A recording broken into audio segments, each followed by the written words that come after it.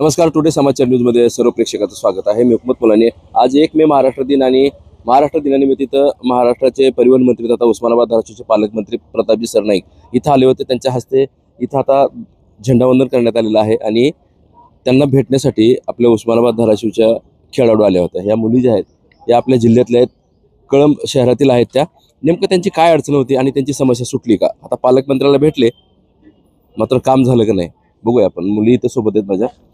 सुरुवातीला आपण बघूया नेमकं काय यांचा विषय काय होता आणि पालकमंत्र्यांनी काय शब्द दिला त्यांना. काय नाव आहे तुमचं? माझं नाव रत्नाकर उबाळे, मी कळंबचा आहे आणि संकल्प व्हॉलीबॉल क्लबच्या माध्यमातून आम्ही गेले 13-14 वर्ष झालं गोरगरीब विद्यार्थ्यांना पुढे नेण्यासाठी व्हॉलीबॉलचं मोफत प्रशिक्षण असा संकल्प आम्ही राबवलेला आहे. म्हणून संकल्प व्हॉलीबॉल क्लब असं आमच्या क्लबचं नाव आहे.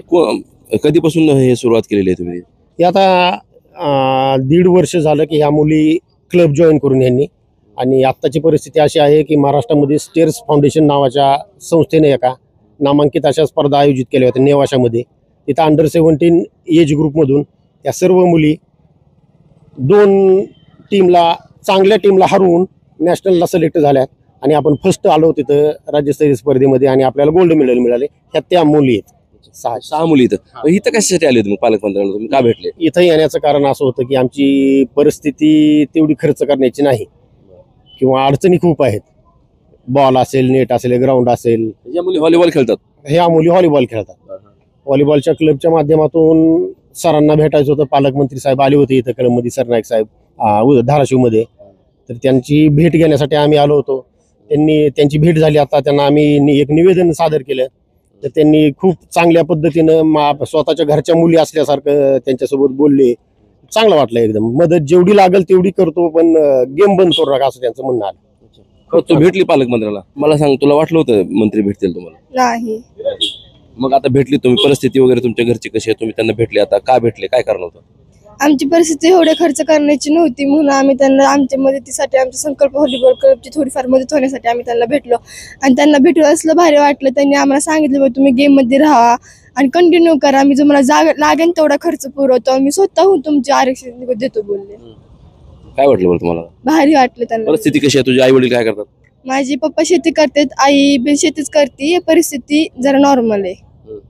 आता पुढे काय होणार आहे? पुढे खेळणार कसं? खेळणार आहे ना आता. असं नॅशनल झालं की असं जाणार, असं त्याच्यातून असं पुढे जाणार आहे, होणार आहे. तुझं काय नाव आहे? सायली काय समाधान. वाटलं तुला आता पालकमंत्र्यांना भेटली तू? छान वाटलं, भारी वाटलं. काय बोलले तू? तुम्हाला काय बोलले ते? मग आम्हाला म्हणले, आम्ही मग सांगितलं आमची अडचण काय, परिस्थिती काय. मग त्यांनी म्हणले आम्ही मदत करतो, लागन ते खर्च करतो, फक्त कंटिन्यू ग्राउंड मध्ये राहा, तुझे खेळा. आई वडील काय करतात? माझे पप्पा बांधकामाचं काम करत आणि आई शेती करते.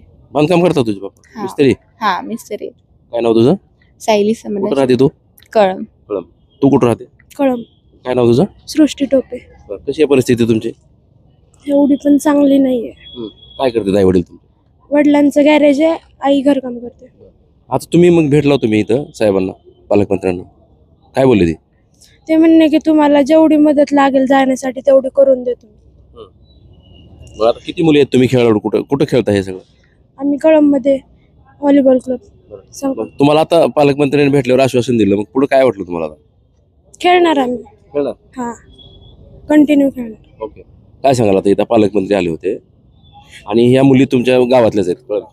काल रतनजी कांबळे साहेब जे आहे त्यांचे कोच, त्यांनी मला फोन केला काल सकाळी की बाबा आपला असं कळंबचा विषय आहे, तर आपल्याला साहेबांची वेळ मिळेल का, साहेबांची भेट होईल का? अशा मुली गरीब आहेत, आपल्याला त्यांना शिक्षणासाठी आपल्याला पुढं म्हणजे जे आहे शालेय त्यांचे जे गेम आहेत त्याच्यासाठी भेटायचं. तर मी त्यांना बोललो की आज आपण झेंडावंदनच्या याला साहेबांची वेळ तर मिळणार नाही, पण आपण त्यांना भेटून यांचं सगळं सविस्तर मांडू, साहेब मदत करतील. मग आम्ही नितीन लांडगे दादा यांच्या थ्रू, मी, रतन कांबळे सर, आम्ही साहेबांना भेटलो आणि त्यांनी भेट करून दिल्यानंतर साहेबांनी स्वखर्चाने या मुलींचं सगळं खेळाची व्यवस्था करून देण्याची जबाबदारी घेतली. अच्छा, बघू आणखीन पण काय मुली आहेत.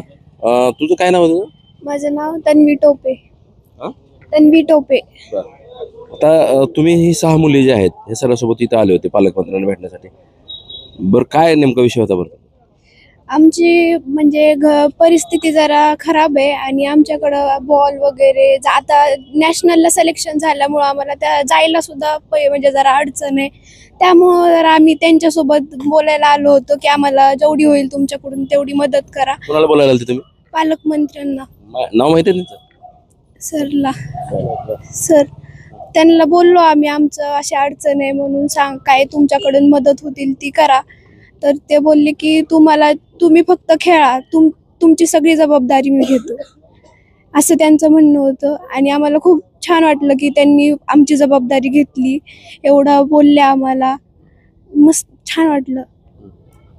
कुठे भेटले तुम्ही? इथं प्रांगणामध्ये भेटले का ऑफिसमध्ये भेटले? इथं प्रांगणामध्ये. इथंच. कधी निघालते घरातून? मी 7 वाजता निघलो होतो. वाटलं होतं का मंत्री भेटतील तुम्हाला? नाही, कारण एवढं बिझी माणूस कसं भेटेल असं वाटलं होतं आम्हाला, पण भेटले, ते आम्हाला बोलले, सगळी जबाबदारी घेतली आमच्यासोबत, म्हणजे असं चांगलं वागले. त्यामुळं खूप छान वाटायला लागले की कोणीतरी आमच्यासाठी करण्यासाठी पण आहे असं वाटतंय आम्हाला पण. आणि आता आम्ही निश्चिंत होऊन खेळू शकतो, जो आम्हाला जे बनायचंय ते बनवू शकतो अशी म्हणजे पाटीदार असल्यावर. होय, काय नाव आहे तुझं? स्नेहा थोरबोले. कुठून आली तू? कळम. सगळे कळमचेच आहेत. हा, कोणत्या वर्गात शिकते तू? आता 10वीला आहे. कशी आहे परिस्थिती आपली? लय गंभीर. काय करते आई वडील तुझे? शेती. मग आता भेटलो तुम्ही पालकमंत्र्यांना, तुमची जबाबदारी घेतली त्यांनी? हा, घेतली. बरं वाटतंय आता. वाटलं होतं असं? नव्हतं वाटलं आम्हाला भेटन म्हणून. हा. तुम्ही काय नाव म्हटली तू? स्नेहा थोरबोले. कुठं राहता तुम्ही? कळम मध्ये. तू कुठं राहते? कळम मध्ये. काय नाव तुझं? महेश्वरीचं मध्ये. काय आता कोणत्या वर्गात शिकते? आता 10वीला आहे सर. बरं, विषय काय होता आजचा? आजचा विषय हा होता की आम्ही थोडे ते पालकमंत्री आले होते त्यांच्याकडे भेटायला आलतो. गरीब परिस्थिती म्हणून ते बॉल वगैरे उपलब्ध करायला त्यांच्याकडे. ती त्यांच्याकडे मदत मागितली. ती बोलले केली का मदत त्यांनी? हो, ती बोलले करतो, तुम्हाला काय लागेल ती देतो, तुम्ही फक्त खेळा. बघा, या ज्या मुली आहेत ना, या कळमच्या आहेत आणि सर्वसाधारण कुटुंबातल्या मुली व्हॉलीबॉल खेळतात. त्यांना त्यांचा खेळ खेळण्यासाठी, स्पर्धेमध्ये जाण्यासाठी, भाग घेण्यासाठी, या ठिकाणाहून दुसऱ्या ठिकाणी जाण्यासाठी त्यांना खर्च येतो, विशेष प्रॅक्टिस करण्यासाठी पैसे लागतात. त्यासाठी आता पालकमंत्र्यांना भेटले. त्यांची परिस्थिती हालाकीची असल्यामुळं आज त्यांना पालकमंत्री भेटले आणि त्या मुलीची जी जबाबदारी आहे पुढची खेळायची ती स्वतः पालकमंत्र्यांनी घेतलेली आहे. काय काय म्हणले?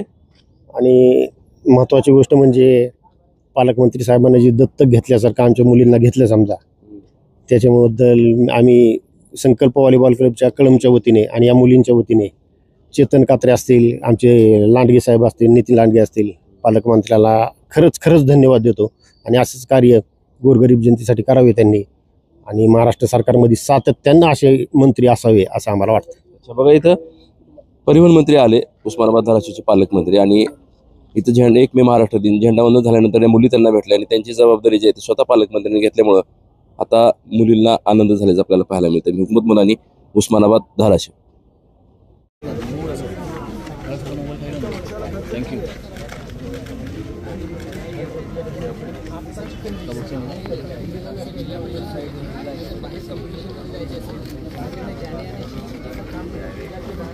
सध्या तुर्त त्यांना वैयक्तिक मदतीची बरोबर आहे, पण तुम्ही आता कुठल्या लेवलला खेळताय? तुम्ही बिंदास खेळा, जो काही वर्षाचा तुम्ही देईल.